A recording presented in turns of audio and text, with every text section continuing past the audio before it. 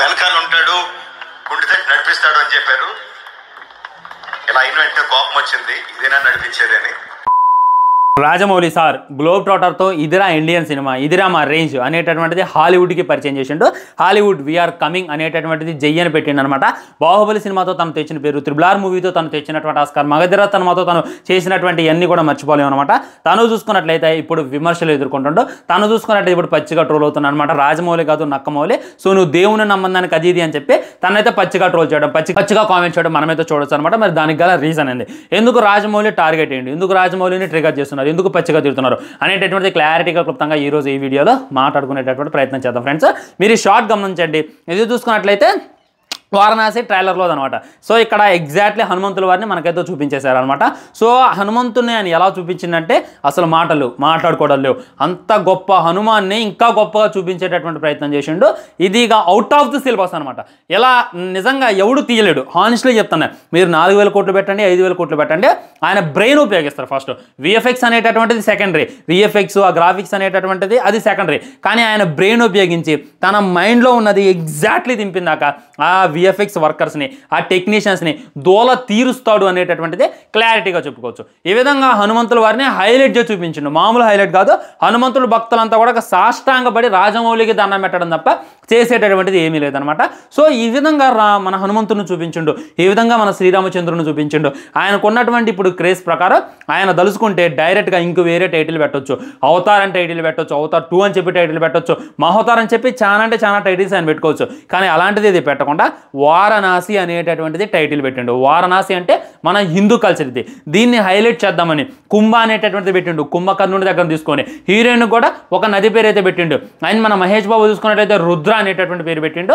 మన మైథాలజీని, మన హిస్టరీని, మన డివోషనల్ని ఎంతలా ఆయన హైలైట్ చేసి చూపిస్తాడు అనమాట. మరి అలాంటి ఆయన్ని ఎందుకు తిడుతున్నారు అనేటటువంటిది డెప్త్ డీటెయిల్లో మాట్లాడుకునేటటువంటి ప్రయత్నం చేద్దాం. ఈవెంట్ రాజమౌళి గారు నేను ఈవెంట్ మొత్తం చూసాను, నేను స్టార్టింగ్ నుండి ఎండింగ్ దాకా అసలు ఏం జరిగింది అనేటటువంటి క్యూరియాసిటీతో ప్రతి ఒక్కరు చూసా. నాకైతే ఒకటే అర్థమైంది, రాజమౌళి గారు అన్హ్యాపీ. అసలు ఆయన హ్యాపీగా లేరు. ఎందుకు ఆయన వాకిటోకి చేతిలో పట్టుకుంటూ పద్దాల ఎవరితో మాట్లాడుతూ ఉండనమాట, మాట్లాడేటటువంటి ప్రయత్నం చేస్తుండు, వాళ్ళందరినీ గద్దించేటటువంటిది. ఆయనకు భయం అయితేనే ఉంది ఒకవైపు. ఎందుకంటే రీసెంట్గా ఇన్సిడెంట్ చూస్తున్నాను మన సంజయ్ థియేటర్లో, అప్పుడు విజయ్ తలపతి గారిది ఈ విధంగా తొక్కిసలాట్లో చాలామంది ప్రాణాలు అయితే కోల్పోతున్నారు అనమాట. అలాంటి ఏమీ జరగకూడదు అని చెప్పి లిమిటెడ్ పీపుల్స్ని ఆయన అయితే ఎంటర్ చేసిండు, లిమిటెడ్ మీడియాని ఆయన అయితే రమ్మన్నాడు. ఈ విధంగా రకరకాలమైనటువంటి ఆయన అసలు బాధ లేడు. మొహాన్ అయితే ఒక టెన్షన్ అయితే చూసిన, మొహాన్ అయితే ఒక బాధ అయితే చూసిన అనమాట. దీనికి తగ్గట్టు ఎగ్జాక్ట్లీ 7 కల్లా ట్రైలర్ని లాంచ్ చేయాలి, 6 కల్లా ట్రైలర్ని లాంచ్ చేయాలని చెప్పి ఆయన అయితే 100% అనుకుంటా. కానీ ఈవెంట్ చూసుకున్నట్లయితే 8:30 దాకా కూడా స్టార్ట్ కాలే. జియో హాట్‌స్టార్ చూసుకున్నట్లయితే మొత్తం స్పాయిల్ చేసి కూర్చుంది అనమాట. నిజంగా వాడు ఈవెంట్ తీసుకుంటే కానీ డబ్బులు ఇచ్చే వాడికి సరిగ్గా మెయింటైన్ చేయడం రాలా. ఈవెంట్ స్టార్ట్ అయినటువంటి ఎగ్జాక్ట్లీ చాలాసేపు తర్వాత ఈ విధంగా అయితే పెట్టడం జరిగింది. ఈ విధంగా రకరకాలమైనటువంటి గోలు, రకరకాలమైనటువంటి విమర్శలు. ఏ దరిద్రాలరా బాబు అంటే ఈవెంట్ స్టార్ట్ కాక తలకే వాడేవాడు ఎల్ఈడీలోనే డైరెక్ట్గా పే చేసిండు.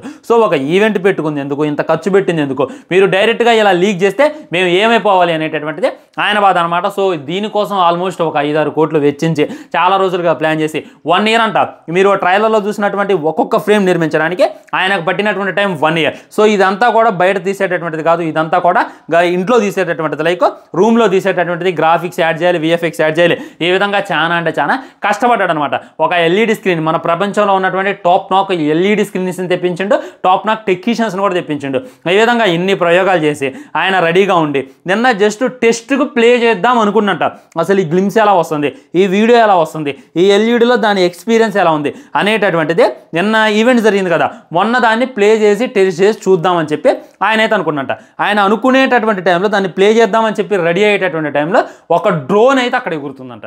డ్రోన్ నుండి ఎవడో లీక్ చేద్దామని చెప్పి గట్టిగా ట్రై చేసినట్ట. ఇక దాంతో మేము దీనికోసం 1 ఇయర్ కష్టపడ్డాం.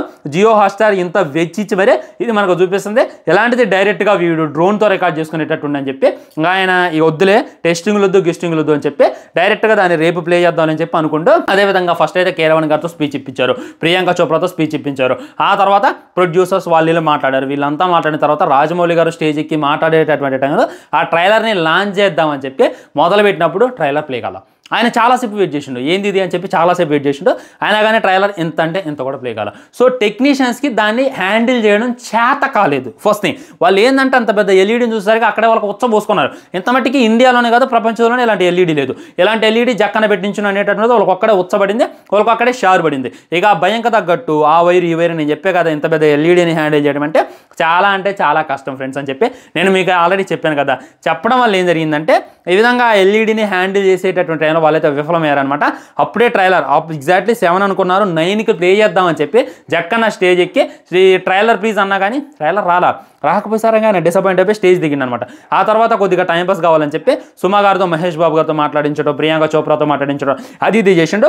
ఆయన రాజమౌళి గారు వెళ్ళి ఆ టెక్నీషియన్స్ని గట్టిగా వాన్ చేయడం వల్ల ఆల్రెడీ స్టేజ్ మీద ఏం చెప్పిండు, నాకు ముందు నిద్ర కన్నా వాళ్ళ మీద కోపం వస్తుంది, వాళ్ళకి ఇంటికి వెళ్ళకుంటుంది అనేటటువంటి చెప్పిండు. ఇంకా ఆయనకి ఎంత కోపం వచ్చింది అనేటువంటిది జస్ట్ ఇమాజిన్ చేసుకోండి. సో ఆల్రెడీ దాన్ని అయితే ప్లే చేశారనమాట. ప్లే చేసిన తర్వాత మన రాజమౌళి గారు అయితే స్టేజ్ ఎక్కి ఈ విధంగా మాట్లాడిండు. ఇంకా ఆయన మాటలు పట్టుకొని అందరూ ట్రోల్ చేస్తున్నారు. ఏం మాట్లాడారు అనేటటువంటిది మీరు కూడా మీ చెవులతో వినండి. హనుమ ఉంటాడు, గుండె నడిపిస్తాడు అని చెప్పారు. ఇలా అయిన వెంటనే కోపం వచ్చింది, ఇదేనా నడిపించేది అని. వాళ్ళ నాన్న కేవి ప్రసాద్ గారు ఏం చెప్పిండంటే, నువ్వు ఇంత పెద్ద ఈవెంట్ చేస్తున్నావు కదా, ఇంత పెద్ద రామాయణం అనేటటువంటి సినిమా తీస్తున్నావు కదా, హనుమంతులు వారు నీ వెనకుండి నీ గుండె పట్టుకొని లైక్ నిన్ను నడిపిస్తాడు అనగానే ఆ ఈవెంట్ అంతా ఫీల్ అయింది. అక్కడేమో డ్రోన్ ఎగురుతుంది, ఇక్కడేమో ఎల్ఈడీలో ట్రైలర్ ప్లే కావట్లా, వాడెవడో ట్రైలర్ ముందుగానే లీక్ చేసి తెంగిండు.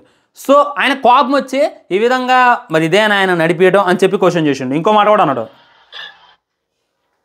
వినండి. హనుమంతుడు అంటే చాలా ఇష్టం, వాళ్ళ వైఫ్కి ఫ్రెండ్ లాగా బిహేవ్ చేస్తుంది, మాట్లాడుతూ ఉంటది. హనుమంతుల వారితో మీద కోపం వచ్చింది, ఏంటి చేసేదని. ఓకే, అది ఏనన్నా ఇది ఒక్క మాట పట్టుకొని నువ్వు బతికేది మా రామాయణం మీద, నువ్వు క్యాష్ చేసుకునేది మా దేవుడి ఫోటోలు చూపించి, మా దేవుడి వీడియోలు చూపించి, మా దేవుడి రెఫరెన్స్లో ఆడే నువ్వు బతికేది దీని మీద. అలాంటిది నీ బుద్ధి ఏందో చూపించావు. నీ టెక్నీషియన్లో ఎవడో ఒకడు ఏదో గ్లిచ్ చేసిండు, ఏదో మిస్టేక్ చేసిండు, ఆ మాత్రం దానికి నువ్వు మా హనుమాన్ అంటావా? నీకెంత ధైర్యం అని చెప్పి దాన్ని అయితే భయంకరంగా ట్రోల్ చేస్తున్నారు, భయంకరంగా తిడుతున్నారు. సో దీనివల్ల ఆయనకి గ్లోబల్ వైడ్గా పేరు వచ్చింది ఫ్రెండ్స్, కాదంటలా. ఆయన ఏం చేసిండు, గ్లోబల్ వైడ్గా పేరు వచ్చిన తర్వాత వేరే సినిమాలు ఆయన తీయొచ్చు. అలా కాదు, మన హిందూ సంస్కృతిని, ఆయన దేవుని నమ్మడు. ఆయన ఎన్నోసార్లు చెప్పి నేను అసలుకే దేవుని నమ్మనని, ఆయన హిందూ సంస్కృతిని, ఈ భారతాన్ని, కురుక్షేత్రాన్ని, రామాయణాన్ని ప్రపంచం మొత్తం తెలిసేలా చేయాలి అనేటటువంటి ఉద్దేశంతో ఆయన గ్లోబల్ వైడ్గా ఒక సినిమా తీస్తుంటాడు. హనుమంతుల వారిని చాలా గ్రేట్గా చూపించిండు, రాముల వారిని చాలా గ్రేట్గా చూపించిండు. ఆయన తీసేటటువంటి బాహుబలి కూడా రామాయణం నుండి ఇన్స్పైర్ అయి తీసింది. ఓన్లీ అన్న ఒకే ఒక్క మాట, ఆయన కూడా నోరుజారు అంత పెద్ద మాట ఏమనలేదు, మా నాన్నగారు హనుమంతుల వారు యొక్క ఈవెంట్ని దగ్గర నుండి నడిపిస్తారు అన్నాడు, ఇదే ఆయన నడిపించింది అని చెప్పి ఆయనకైతే కోపం వచ్చిందనమాట. సో దాంతో ఆయన పచ్చిగా ట్రోల్ చేయడం, పచ్చిగా తిట్టడం అయితే మనం చూడొచ్చు. సో రాజమౌళి గారు మాట్లాడింది కరెక్టా తప్ప అంటే తప్పే, ఆ విషయంలో మాట్లాడేసింది ఆయన. దాన్ని ఇక మనం ఎలా తీసుకోవాలనేటటువంటిది మీ విజ్ఞతకే వదిలేస్తున్నా. ఎగ్జాక్ట్లీ ఇప్పుడు మన ఫాదర్ ఉన్నాడు ఫ్రెండ్స్, మన డాడీ ఏం చేస్తారంటే, నేను చూసుకుంటలేరా నువ్వు వెళ్ళి రారా అన్నాడు. ఏదో ఒక పని మీరు అప్పచెప్పారనమాట, నేను చూసుకుంటలేరా నువ్వు వెళ్ళి రారా అన్నాడు. వెళ్ళొచ్చిన తర్వాత డాడీ ఆ పని చక్కగా చేయలేదు. అప్పుడు ఏమనిపిస్తుంది? కోపరాదా డాడీ మీద? డాడీని తిట్టేమా? అరే నీ అమ్మ, నువ్వు చెప్పినా నువ్వు సరిగ్గా చేసుకోకుండా పోయి మనం నన్ను అన్నం అంటే అప్పుడు మనల్ని ఎదవైతాం అనమాట. ఇదే విధంగా ఆయన వాళ్ళ డాడీ ఆ మాట అనేసరికి అప్పటిదాకా ఆయన దేవుణ్ణి నమ్మకూడదు అని చెప్పి 100% ఫిక్స్ అయి కూర్చుండు. సో తన నాన్న హనుమంతుల వారు నిన్ను ముందుండి నడిపిస్తాడ్రా అని మాట అన్న తర్వాత ఏమో ఈ ఈవెంట్ అంతా సజావుగా జరిగితే ఆయన నిజంగానే ఆంజనేయుల వారిని నమ్మి ఆయన తన ఫేవరెట్ గాడ్ చేసుకుందాము అని చెప్పి అనుకున్నాడేమో. కానీ అలా అనుకునేటటువంటి సిచ్యువేషన్లోనే ఈ విధంగా వీడియో లీక్ కావటం, ఎల్ఈడి సరిగ్గా ప్లే కాకపోవటం, దీనివల్ల ఆయనకి హనుమాన్ మీద కోపం వచ్చింది అని చెప్పి నేనైతే అనుకుంటున్నా. ఆయన మాట్లాడింది ముమ్మాటికి తప్పే, నేనైతే దీన్ని అసలుకే సపోర్ట్ చేయను. ఎందుకంటే మీరు అంత స్టేజ్లో ఉన్నారు సార్, మీరు ది గ్రేట్ రాజమౌళి గారు, ది గ్రేట్ గ్లోబల్ డైరెక్టర్ మీరు. అలాంటిది మీరు ఆవేశంలో అలా మాట్లాడడం అయితే నేనైతే ఒప్పుకోను, దీనైతే ఖండిస్తున్నాను అనమాట. సో దీని మీద మీ కామెంట్ కూడా తెలియజేయండి. మీ టెక్నీషియన్ చేసిన తప్పుకి నిజంగా నేనే అడుగుతున్నా డైరెక్ట్గా, మా హనుమంతుల వారు ఏం చేస్తారు సార్? మా ఆంజనేయుల వారిని మీరు నమ్మరు. మీరు నమ్మనప్పుడు మీ అనుకుండి ఎలా నడిపెత్తాడు? నాకు అర్థం కాలేదు. నేను మిమ్మల్ని అడుగుతున్నా, మీరు నిజంగా ఆంజనేయుల వారిని బలంగా నమ్మి ఆయన లాకెట్ వేసుకొని జై హనుమాన్ అని చెప్పి ఆ ఈవెంట్ మీరు స్టార్ట్ చేసి ఆ తర్వాత ఏమైనా గ్లిచ్ జరిగితే అప్పుడు హనుమాన్ అనండి. అసలు ఏం లేదు, తల లేదు, తోకలేదు, మీరు దేవుణ్ణే నమ్మరు. జై శ్రీరామ్ అనేటటువంటి నినాదం నాకు ఆ ఈవెంట్ మొత్తం మీద ఎక్కడ వినపల్లా. మళ్ళా పైకి తిరిగి హనుమంతుల వారిని నిందించడం అయితే నేనేదో ఒప్పుకోవట్లేదు. ఇదే ఫ్రెండ్స్ నా అయితే దీని మీద ఉన్నటువంటి కామెంట్. నిన్న అదేంది బ్రో అలా అన్న, ఇవాళ అదేంటంటే నేను ఆలోచించిన, ఎందుకంటే నువ్వు నేను మాట్లాడింది వేరు, కానీ ది గ్రేట్ రాజమౌళి గారు ఇలా మాట్లాడడం అయితే కరెక్ట్ కాదు అనేటటువంటిది నా గట్టి ఇలాంటి ఫీలింగ్ ఫ్రెండ్స్. ఇదే అనమాట ఆయన నోటి తొల వల్ల ఆయన అయితే విమర్శలు ఎదుర్కొంటాడో, చేసినంత ఒక్క దెబ్బతో పోగొట్టుకుంటూ నీ సినిమా ఎలా హిట్ అయితే చూస్తామని చెప్పి కూడా చాలా మంది బెదిరిస్తున్నారు. ఇప్పుడు అలానే ఏమంటారు, మన ఈ మధ్యన రిషబ్ శెట్టి తెలుగు మాట్లాడలేదు, సినిమా బాయ్కాట్ అన్నారు. ఓన్లీ మన తెలుగు స్టేట్స్ నుండి ఆల్మోస్ట్ 200 కోట్లు ఇచ్చారు ఆయనకి. ఇవన్నీ కామన్ అనమాట, ఇవన్నీ పట్టించుకోవడానికి లేదు. కానీ అలా మాట్లాడడం అయితే ముమ్మడికి తప్పు. ఉంటా మరి ఛానల్ని సబ్స్క్రైబ్ చేసుకుని వీడియో లైక్ చేయండి, వీడియో షేర్ చేయండి. తర్వాత ఇంకో మంచి వీడియోతో మళ్ళీ కలుద్దాం. బై బై, నమస్కారం.